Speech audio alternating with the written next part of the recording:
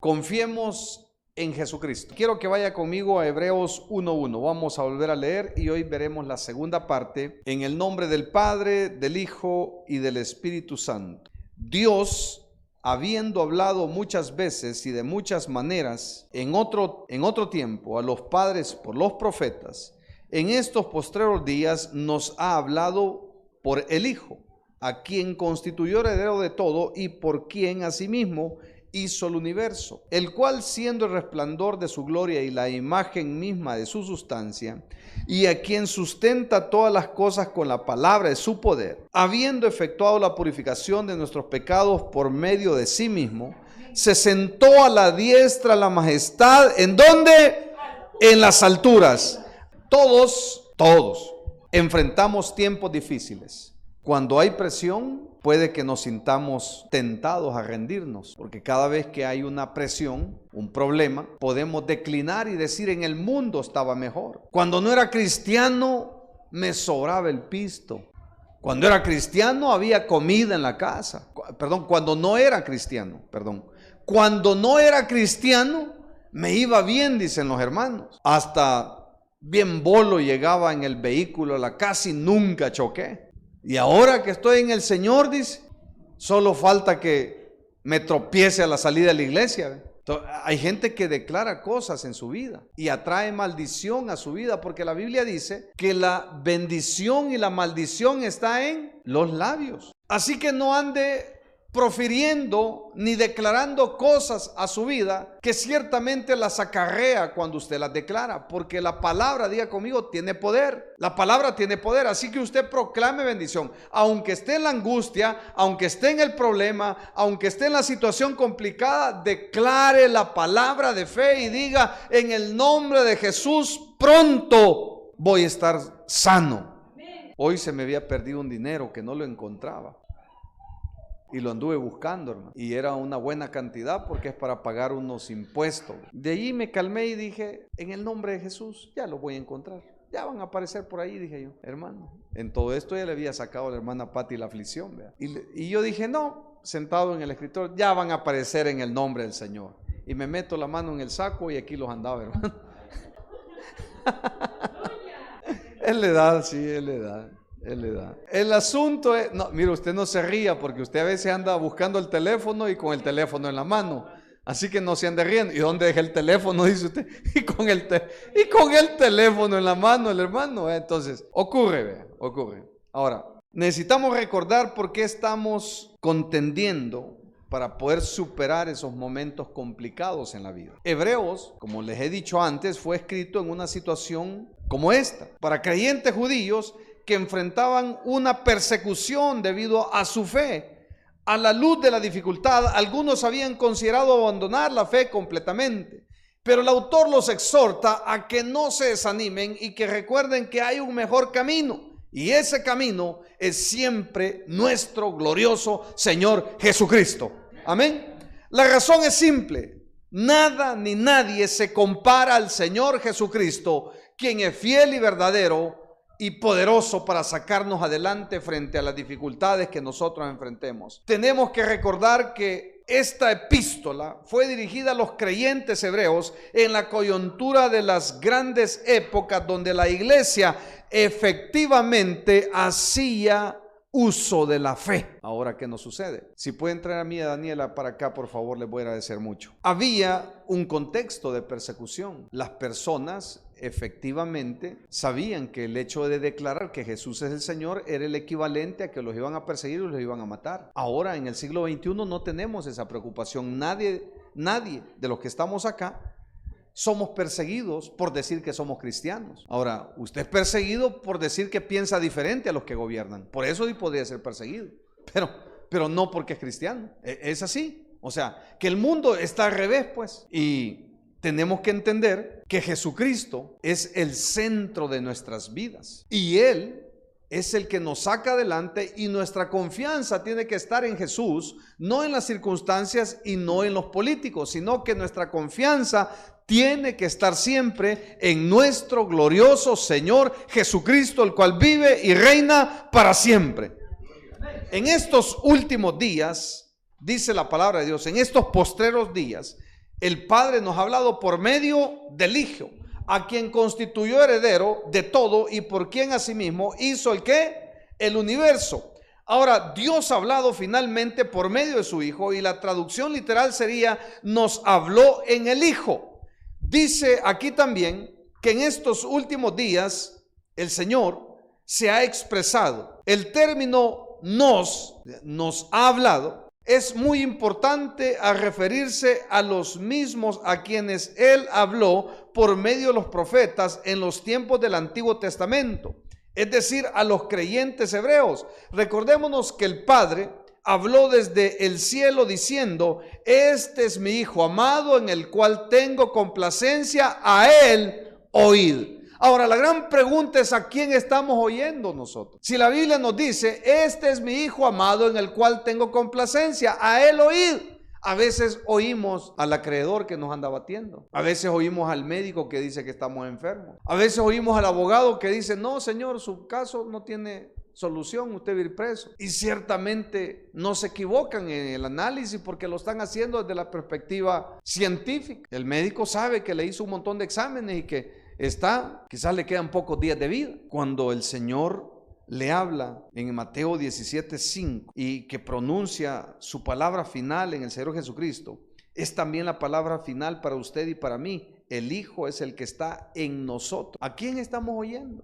A los tiktokeros, imagínense. El consejo del tiktoker estamos siguiendo y no el consejo de la palabra de Dios. Y es aquí donde debemos de reflexionar y entender que si ponemos nuestra confianza en el Señor Jesucristo, Él nos dará una solución a cada dificultad que se nos presente en la vida.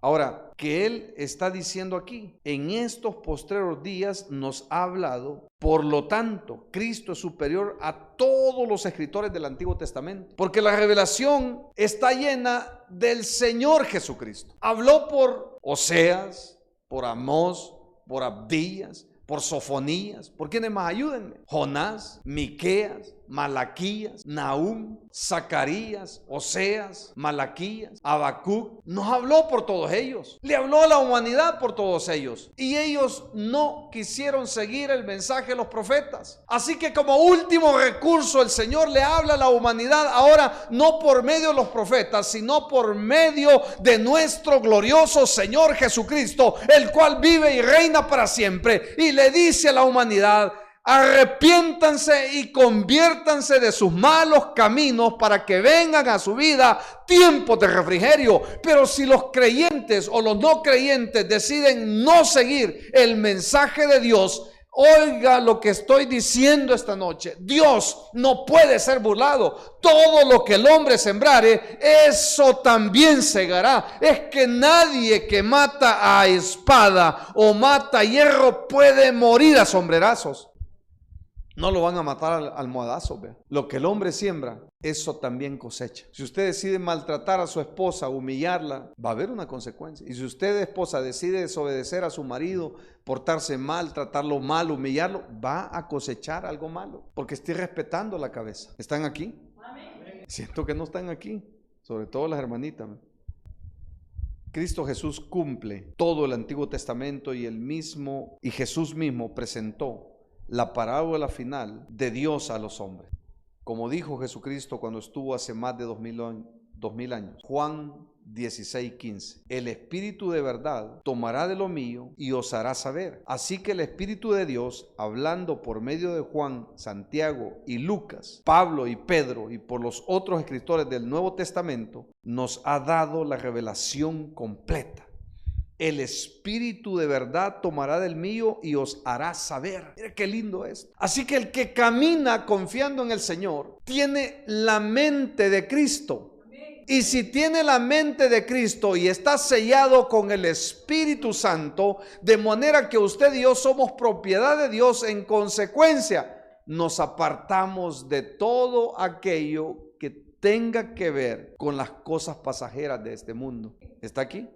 Luego dice: a quien constituyó heredero de todo. Mire qué lindo.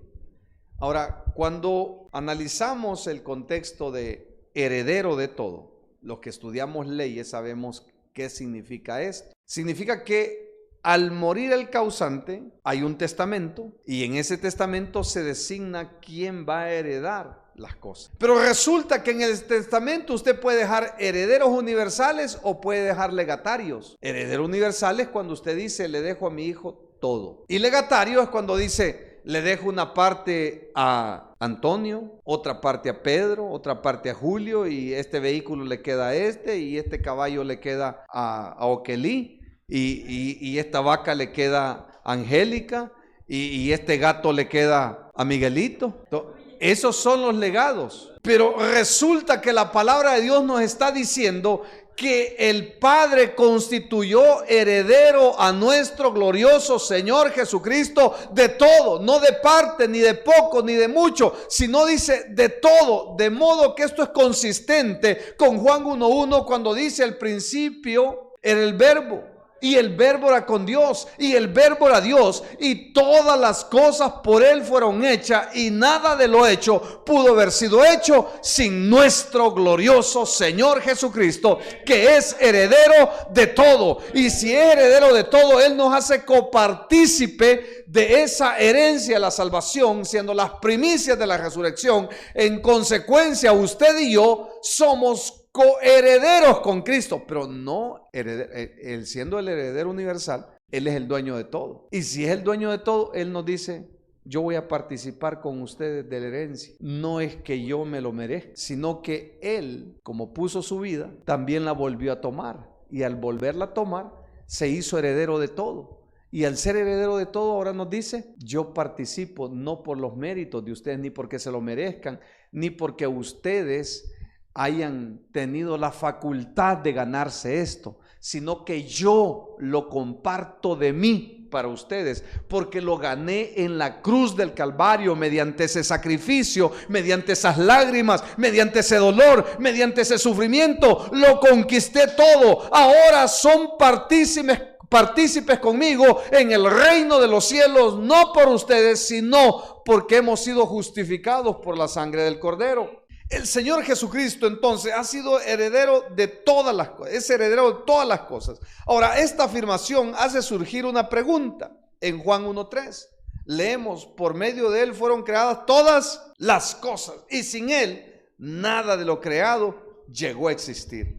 Entonces nos dice que la creación es suya porque Él la creó, ya le pertenece. Pero entonces, ¿cómo puede ser Cristo el heredero de todas las cosas? Bueno, Él vino a este mundo y asumió la humanidad como cualquier hombre.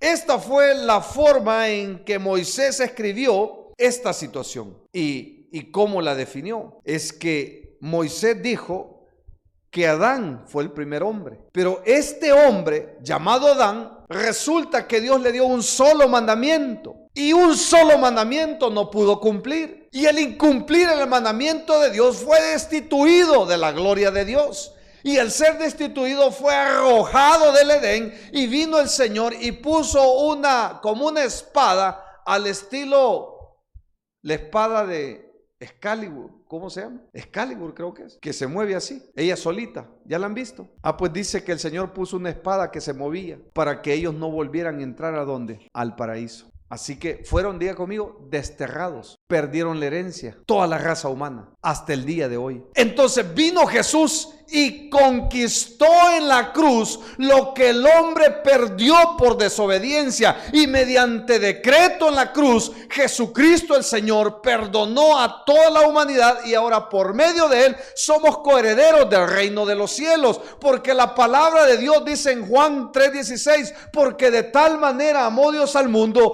que dio a su Hijo unigénito para que todo aquel que en Él cree no se pierda, mas tenga vida eterna. Dice Romanos 3:23, por cuanto todos pecaron, están destituidos de la gloria de Dios, mas el regalo de Dios es el don, es la dádiva, es la vida eterna mediante la sangre preciosa y gloriosa de Cristo Jesús, que fue derramada en la cruz del Calvario. Romanos capítulo 5 versículo 8 dice, mas Dios muestra su amor para con nosotros, que aún siendo pecadores, Cristo murió por nosotros.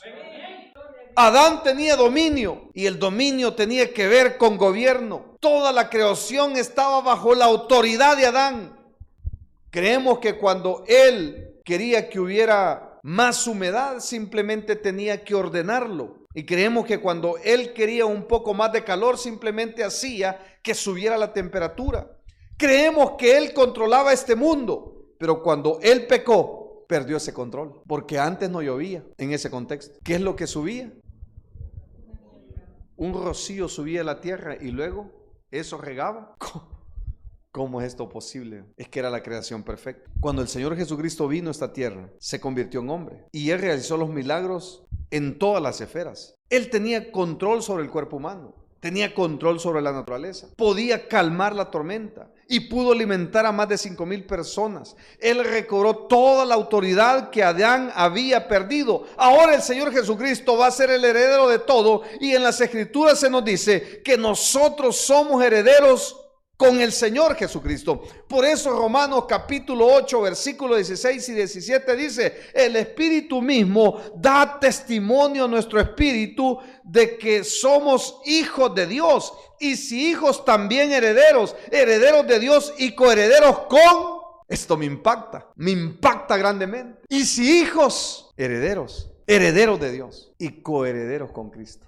¿Lo merecemos? Diga conmigo, no lo merecemos. Sin embargo, como Jesús lo heredó todo por sus méritos y no por los míos, entonces yo estoy obligado a tener agradecimiento que aquel que murió en la cruz me hace partícipe de algo que yo no me gané. Entonces, lo que debe haber en mi corazón es agradecimiento, y el agradecimiento debo reflejarlo dando frutos. Y los frutos tienen que ver, amados hermanos, con que yo tenga amor para con el Señor. Y este amor se debe reflejar en obediencia, porque si no hay obediencia, estamos pisoteando la palabra del Señor. La palabra coherederos es interesante, no significa herederos iguales. Los herederos iguales pueden cada uno de ellos disponer de la forma que quieran de la parte que le ha sido designada en un testamento. Pero los coherederos en un testamento significa que alguien más tiene el control de la herencia, y esa persona asignada solo una cierta cantidad a cada uno en el momento apropiado. Y esa persona que tiene el control de todo es nuestro glorioso Señor Jesucristo. Y luego dice: ¿y por quién hizo a sí mismo el qué? El universo. Muchas personas creen que esta frase se refiere al acto creativo y nos recuerda como dice Génesis 1:1. En el principio creó Dios los cielos, pero nosotros nos referimos a que aquí indudablemente y por quién hizo y por quién asimismo hizo él, significa que en la creación estaba Dios Padre, Dios Hijo y Dios Espíritu Santo. Mire qué lindo esto. Creemos, amados hermanos, que somos copartícipes con el Señor porque Él es el dueño absoluto de todo. En el versículo 3, ¿cómo dice, hermano Pedro? ¿Cuál siendo el resplandor de su gloria, con la palabra de su poder, siendo efectuado? Muy bien, dice que Él es el resplandor de su gloria y la imagen misma de su... Mire, Colosenses capítulo 1, versículo 15 y 20, Pablo nos ofrece una explicación de varias características de nuestro glorioso Señor Jesucristo. Entre ellas es que el Señor es la imagen del Dios invisible. Mire qué lindo. Este concepto de imagen aparece varias veces a lo largo de las Sagradas Escrituras. Cuando Dios creó a la humanidad, la hizo, dice, a su imagen y semejanza. Pero claro, cuando explicamos en teología el tema de la imagen y semejanza, por favor no vaya a pensar que Dios tiene mano, boca y pies. Amén. Porque si creemos que es así, entonces usted y yo le estaríamos asignando a Dios cualidades antropomórficas, lo cual no es correcto. ¿Por qué? Porque Dios es espíritu, dice la Biblia. Entonces, cuando dice imagen, se refiere a que nos hizo alma, cuerpo y espíritu. Amén. Y cuando dice semejanza, es que el hombre tiene intelecto, sentimiento y voluntad. Somos semejantes a Dios en intelecto, sentimiento y voluntad. Amén.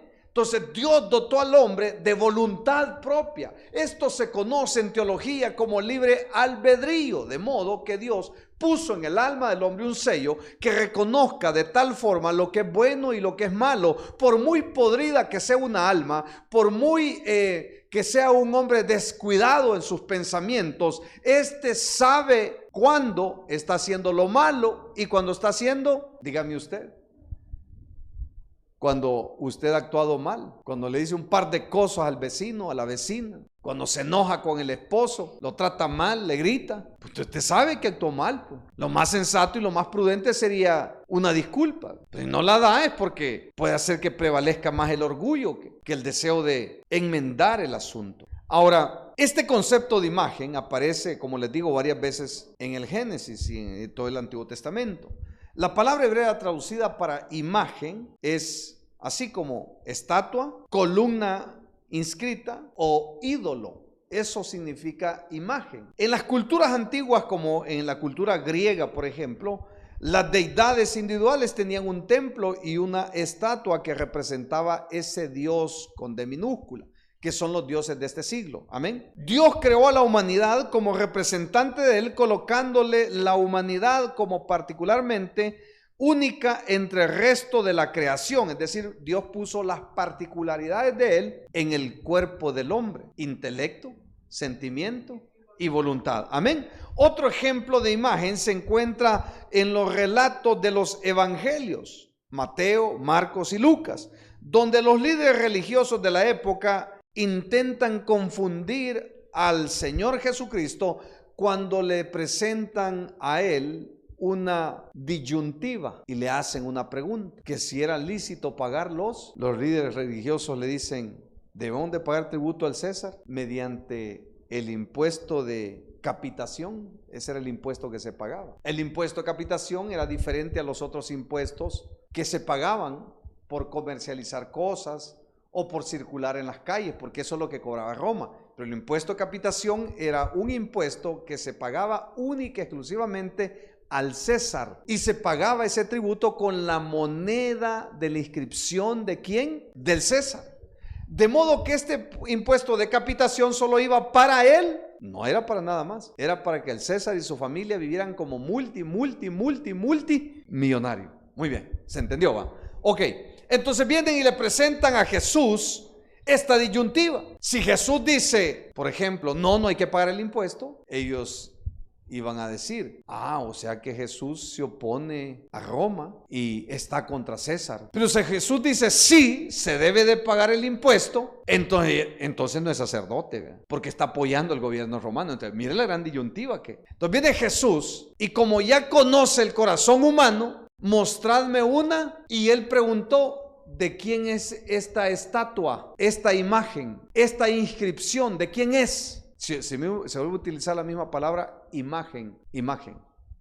Esta imagen, le dicen, es una copia de la cara de él. ¿Y qué dijo Jesús? Dadle al César lo que es del César y a Dios lo que es de Dios. ¿Sabe cuál es el problema? Es que usted y yo le estamos dando todo al César y nada a Dios. No nos duele ir a gastar dinero, no nos duele ir por aquí, por allá, pero a la hora de bendecir la obra del Señor, a veces algunos caminan con los codos. Les cuesta sacarse el billete, ¿vea? Les duele. Más bien, no es que les cueste, les duele. ¿Cuánto se puede comprar con un billete de 50 en el súper ahora? 3, 4 cositas. Poco, casi nada. O sea que el billete de 50 se hace pequeñito. Pero resulta que cuando estamos acá en la iglesia, el billete se hace tan grande, que no lo puede sacar de la bolsa el hermano. Esto no lo digo para que ofrenden más. No se preocupen. Dios no necesita de nada. No necesita. Y aquí estamos bien. Esta iglesia está bien económicamente. Hoy pagamos el alquiler. Estamos bien. $1,250 de alquiler pagamos el día de hoy. Eso es lo que se paga mensualmente. Y tuvimos para pagar, porque ustedes son fieles. Pero yo hablo a aquellos que se gastan en otras cosas el dinero. No les duele, pero sí les duele bendecir la obra de Dios. Entonces, enfoquémonos. Dad al César y a Dios. ¿Y qué es lo que es de Dios? Su adoración, su obediencia, su amor y su lealtad completa. Su lealtad. Pero esta lealtad es la que más cuesta dar. Porque de repente estamos en la casa de Dios y estamos viendo lo que no debemos de ver. Estamos en el camino de Dios y estamos conversando lo que no debemos de conversar. Esta conversación es bien interesante y la imagen tenía un dueño, pero la humanidad tiene la imagen de su dueño. Tenemos la imagen de, por lo tanto, Dios es nuestro dueño. Amén. ¿Está aquí? Ahora, Colosenses nos habla y nos dice, Pablo dice así, que Jesús es la imagen del Dios invisible, mostrando cómo Jesús es representante de Dios mismo, siendo Dios. Amén. A diferencia del resto de la humanidad, Jesús no tiene una imagen manchada o pecadora, sino que es la imagen misma de su sustancia. Los que han visto a Jesús han visto al Padre. Juan 14:9. Tú me preguntas, le dice Jesús, no sé si es a Felipe o a Tomás, que vuelve a aparecer ahí, no me recuerdo si es Felipe. Muéstranos al Padre, le dice. A Felipe creo que lo dice. Muéstranos al Padre. Tú me dices, Felipe, he andado con ustedes todo este tiempo y tú me dices, muéstrame al Padre. El que me ha visto a mí, ha visto al Padre, porque el Señor Jesucristo es la imagen del Dios vivo. Es la imagen, la sustancia del Dios invisible. Jesús es a la vez el perfecto portador de la imagen, o sea, es Dios mismo. El Hijo, siendo la imagen del Dios invisible, hace visible aquel que es invisible por naturaleza. Ahora yo le pregunto, ¿usted ha visto a Jesús? Los quiero ahora retar. ¿Usted ha visto a Jesús? ¿Ha visto a Jesús? Cuando lo veo a usted, yo veo a Jesús, porque usted es la imagen y semejanza. Amén. Así que cuando yo veo a un hermano, veo la imagen de Jesús. Porque ya no veo yo lo que usted era, sino que veo que Jesús está en usted. Y créame que el Espíritu de Dios da evidencia de quién es hijo y quién no. Uno lo puede sentir en el corazón. Incluso cuando alguien le habla o se refiere a uno, uno puede sentir si viene de parte de Dios. Así que el poder, la sabiduría y la bondad del Hijo nos revelan de forma completa y precisa el carácter y la perfección de Dios. Aquí tenemos otra gran declaración y es la tercera. Dice así: el que es el resplandor de su gloria. Ese resplandor significa brillo o un brillo que emite fulgor. Dice Juan, preste atención, que Dios le permitió entrar al cielo, porque Juan, cuando está diciendo eso, no dice que está desde la tierra. No, Juan dice que estando en el cielo, Dios abrió el telón, él logró ingresar. Y dice Juan, vi en el cielo un trono. Y el que estaba sentado, dice, tenía un libro. Y ese libro dice que estaba escrito por dentro y por fuera. Y dice que ese libro estaba sellado. Y dice Juan que nadie era digno de abrir esos sellos. Nadie. Y dice Juan, lloraba yo a causa de que nadie podía abrir los sellos. Y dice Juan, vi 24 tronos y vi los 4 seres vivientes, los mismos 4 seres vivientes que vio en el río Quebar. ¿Quién? Ezequiel. Y dice Ezequiel que vio a 4 seres vivientes y que había una carreta que eran 4 ruedas y que cuando los 4 seres vivientes se levantaban también las ruedas. Y dice que estos seres vivientes, uno tenía cara de águila, otro tenía cara de hombre, y va definiendo y describiendo cómo eran estos seres vivientes. Y dice Juan que vio esos mismos 4 seres vivientes que ya se le habían revelado en el Antiguo Testamento a Ezequiel, que los había visto. Y dice que cuando él lloraba, que no había ninguno digno ni en la tierra ni en el cielo de desatar los cielos, dice, vi un cordero. Esta es la revelación que el Espíritu Santo Dios le está dando a Juan para que interprete que cuando Cristo vino la primera vez, vino como cordero. Eso es lo que está viendo Juan. Está viendo el cordero inmolado en la cruz del Calvario. Y cuando él está viendo el cordero en la cruz del Calvario, le dice uno de los 4 seres vivientes, mira, no llores,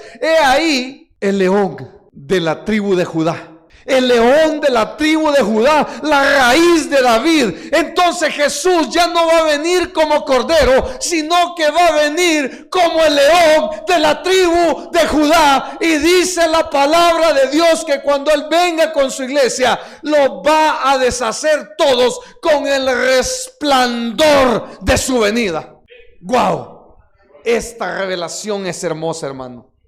Ya no va a venir como cordero, sino como el león de la tribu de Judá, el que es digno de desatar los sellos. Y dice la palabra de Dios que cuando Juan está viendo esta revelación, cuando se le abrió el telón, dice que los 24 ancianos se postraron delante del Cordero de Dios que quita el pecado del mundo, y se cumple lo que dice Filipenses capítulo 2, que es consistente cuando dice que ante Jesucristo se van a doblar todas rodillas de los que están en el cielo, ángeles, arcángeles, querubines, serafines. Los 24 ancianos y los 4 seres vivientes se postraron ante el Señor Jesucristo, y Él recibió la adoración. Pero también estaba allí el Padre, y el Padre permitió que se cumpliera Filipenses capítulo 2 en presencia de Él. ¡Wow!